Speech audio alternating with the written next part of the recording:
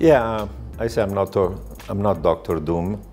I'm Dr. Realist, and unfortunately, in the last few decades, there's been an emergence of what I call mega threats.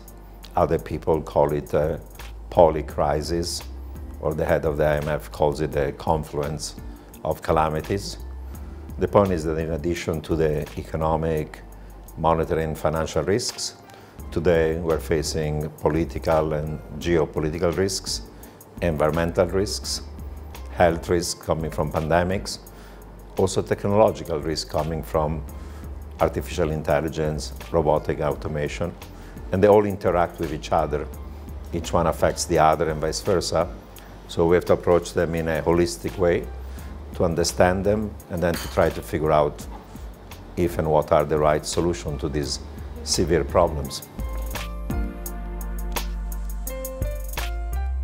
The European Central Bank and the consensus among economists is that there's going to be a short and shallow recession, maybe a couple of quarters, and then you have a sharp drop of inflation, and maybe the ECB can then ease interest rates by the end of this year. I have a more pessimistic view. I think that there's going to be a more protracted recession because inflation is not going to fall fast enough towards 2.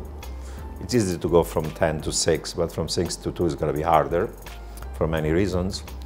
ECB probably will have to raise interest rates more than 3% towards 4 or above. If that happens, there will be a real hard landing with a recession lasting several quarters. It's a mixed bag, Spain. There are some positives like growth was robust last year, but there was a recovery from COVID. Certainly this year is going to be not 6, but well below 3%, maybe lower. Inflation has moderated, but core inflation, excluding food and energy, is still high, and wage inflation might become more persistent.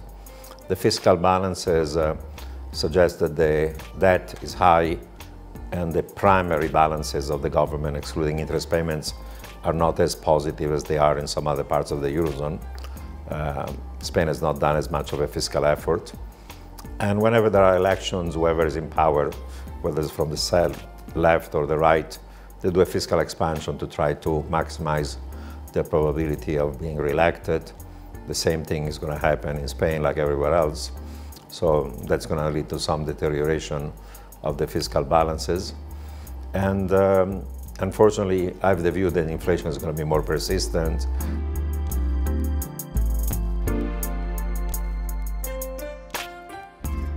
Ratios of private and public debt have gone from 100% of GDP globally in the 70s to 350 last year, rising more like 420% of GDP and rising in advanced economies. Of course, private debt is debt of workers, households, businesses, corporations, banks. But in addition to the official debt of the government, there are also implicit debt coming from unfunded liabilities when you have aging of population and you have a pay-as-you-go pension and healthcare system where the payroll taxes of the young pay for the benefits of the old. That implicit debt is probably, on average in Europe, at least 100% of GDP, and pension reforms are occurring too slowly.